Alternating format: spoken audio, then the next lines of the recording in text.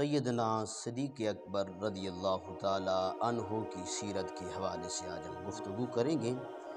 یہ مہینہ جمادی الثانی کا مہینہ ہے۔ اس مہینہ کے اندر حضرت سیدنا صدیق اکبر رضی اللہ تعالی عنہ کا وصال پر انوار ہے۔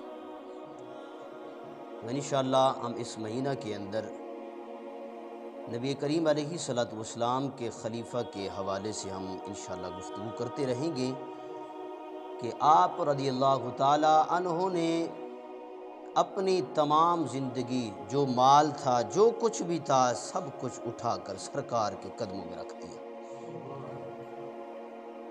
آپ رضی اللہ تعالی عنہ کو صدیق سچا اس لیے کہا گیا، نبی کریم علیہ الصلوۃ والسلام نے ارشاد فرمایا کہ ہم نے جسے بھی اسلام کی تبلیغ دی، دین کی تبلیغ دی، ہر کسی نے ہم سے اس کی دلیل مانگی، لیکن یہ واحد ہستی ہے صدیق اکبر رضی اللہ تعالی عنہ، یہ واحد ہستی ہے، انہوں نے مجھ سے دلیل نہیں مانگی، ثبوت نہیں مانگا، ہم نے انہیں اسلام کی دعوت دی، چپ کر کے اسلام قبول کر لیا۔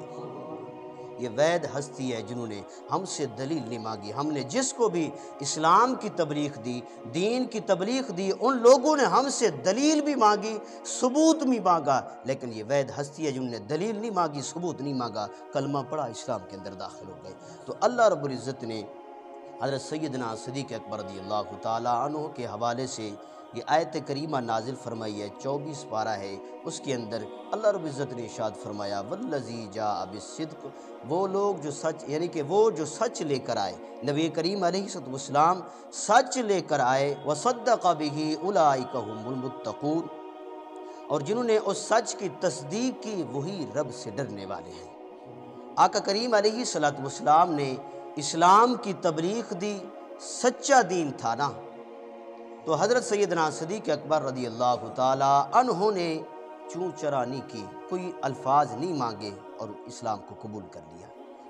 حضرت سیدنا صدیق اکبر رضی اللہ تعالی عنہ کا مقام مرتبہ وراء الوراء ہے کہ نبی کریم علیہ السلام کو بھی رب کریم نے بہت بڑے کمالات عطا فرمائے، بے شمار۔ آقا کریم علیہ السلام کو اللہ رب العزت نے بے شمار کمالات عطا فرمائے۔ حضرت عبداللہ بن رواحہ رضی اللہ تعالیٰ عنہ حدیث پاک کے راوی ہیں، آپ فرماتے ہیں کہ نبی کریم علیہ السلام کسی کو معجزہ نہیں دکھاتے تھے، یہ معمول نہیں تھا آپ کا کہ آپ صلی اللہ علیہ وآلہ وسلم کے چہرے نور کو جو بھی دیکھتا تھا کلمہ پڑھ کے اسلام کے اندر داخل ہو جایا کرتا تھا۔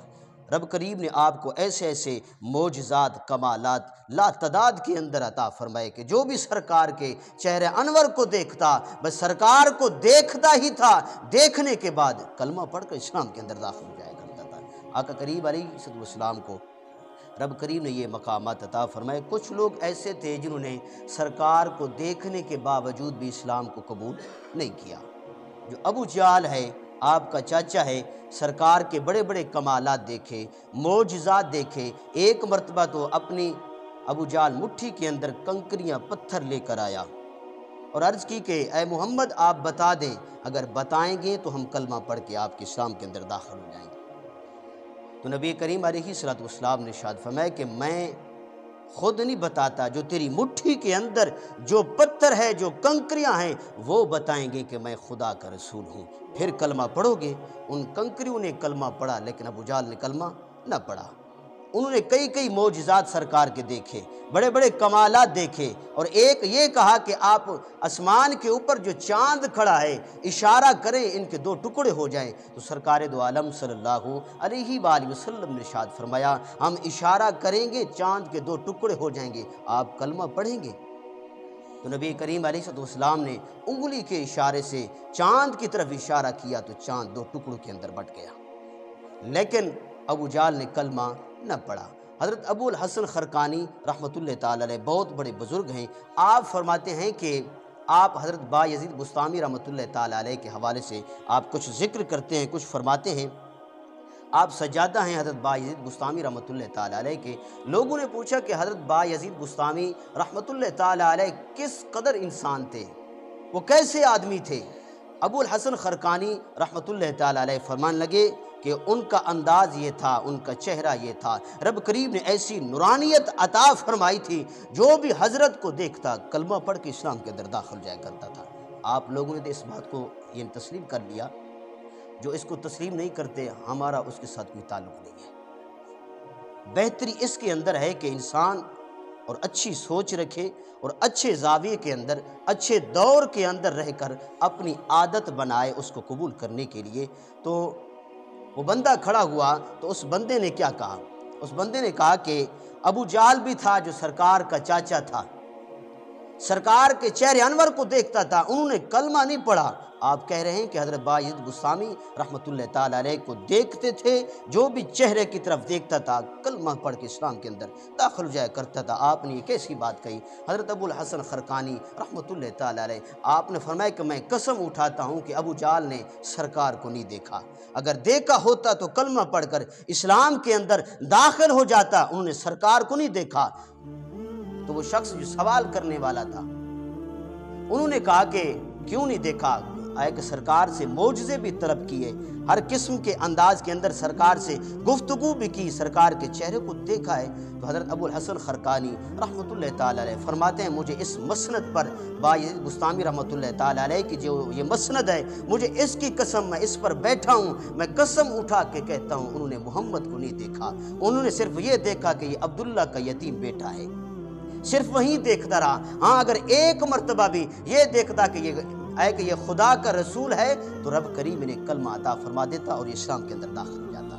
میں قسم اٹھا کے کہتا ہوں انہیں سرکار کے جلوہ وضحا کو نہیں دیکھا، اگر دیکھا ہوتا تو اس کے دیکھنے کے باوجود رب کریم انہیں اسلام کی دولت عطا فرما دیتا۔ تو حضرت ابوبکر صدیق رضی اللہ تعالی عنہ کو رب کریم نے بڑے بڑے کمالات سے نوازا ہے، بڑے بڑے کمالات عطا فرمایا۔ سرکار دو عالم صلی اللہ علیہ وآلہ وسلم نے حضرت ابوبکر صدیق رضی اللہ تعالی عنہ کی شان کو الگ انداز کے اندر آپ نے بیان فرمایا ہے، کچھ الگ انداز کے اندر۔ آقا دو جہاں صلی اللہ علیہ وآلہ وسلم نے جو بھی ارشاد فرمایا، سیدنا صدیق اکبر رضی اللہ تعالی عنہ نے اس پر عمل پیرا ہو کر دکھایا۔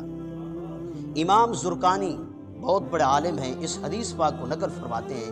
آپ فرماتے ہیں کہ نبی کریم علیہ الصلوۃ والسلام نے اپنے 1500 صحابہ کرام کو حکم فرمایا کہ آپ نہ احرام باندھیں، ہم عمرہ کرنے کے لیے مکہ کی طرف جاتے ہیں۔ 1500 صحابہ کرام کے قریب ہی ان کی تعداد تھی۔ تو تمام صحابہ کرام فرماتے ہیں ہم نے سرکار کے حکم پر احرام باندھا۔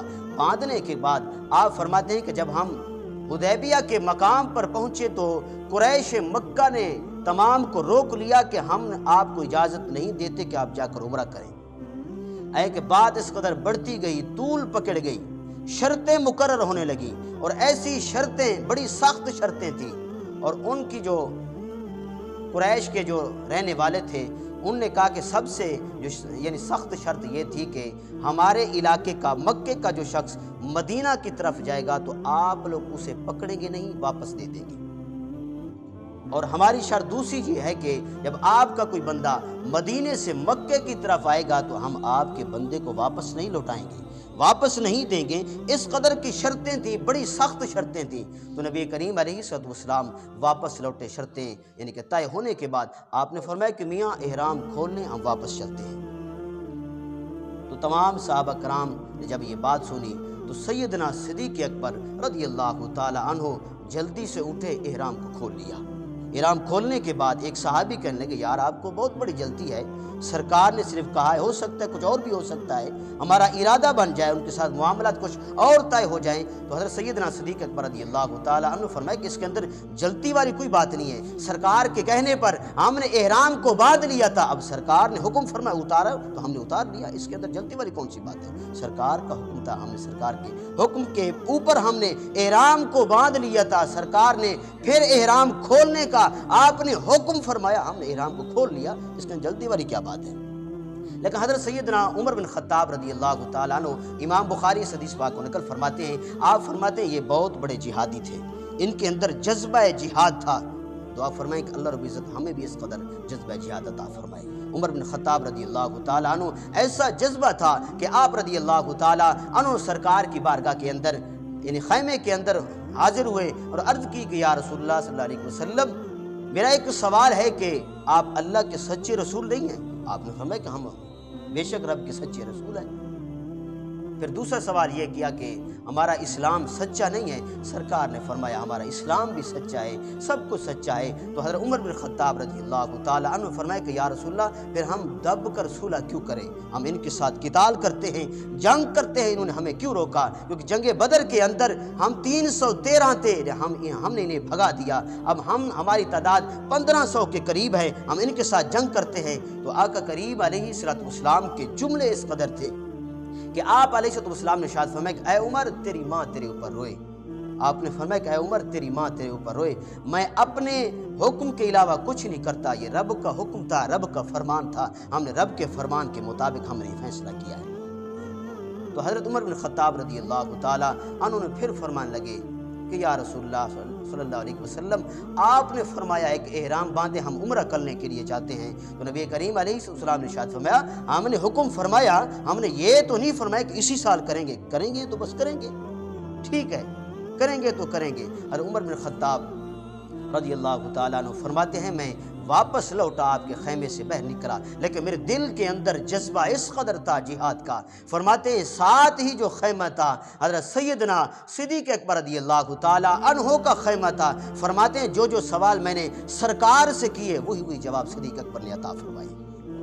فرمایا کہ میں نے جو باتیں کی ہیں وہی عطا فرمایا۔ صدیق اکبر رضی اللہ تعالیٰ عنہ فرمایا کہ اے عمر تیری ماں تیرے اوپر روئے، وہ اللہ کے پیارے رسول ہیں، رب جیسا حکم فرماتا ہے پیارے رسول ویسے حکم ہمیں یعنی کہ فیصلہ عطا فرماتے ہیں۔ پھر وہی جملے ارشاد فرمائے آپ نے، وہی جملے ارشاد فرمانے کے بعد حضرت عمر بن خطاب رضی اللہ تعالیٰ عنہ فرماتے ہیں جب میں واپس لوٹا نا تو میرے دل کے اندر جو غصہ تھا، جو جذبہ تھا جہاد کا، وہ ٹھنڈا ہو چکا تھا، اور میں نے اپنے اوپر غور کیا کہ اے عمر تو ابوبکر کے ایمان تک نہیں پہنچ سکتا۔ اس کا ایمان یہ ہے کہ ان کی گفتار اس قدر ہے کہ مصطفیٰ کریم صلی اللہ علیہ وآلہ وسلم جیسا انداز تھا گفتگو کرنے کا ویسا صدیق اکبر کا انداز تھا۔ ان کی سیرت بہت بڑی ہے، دعا کرتے ہیں کہ اللہ رب العزت ہمیں ان کی سیرت پر عمل کرنے کی توفیق عطا فرمائے، اور ان جیسا رب کریم ہمیں جذبہ جہاد عطا فرمائے، اور ان کے صدقے رب کریم ہماری مرادوں کو پورا فرمائے۔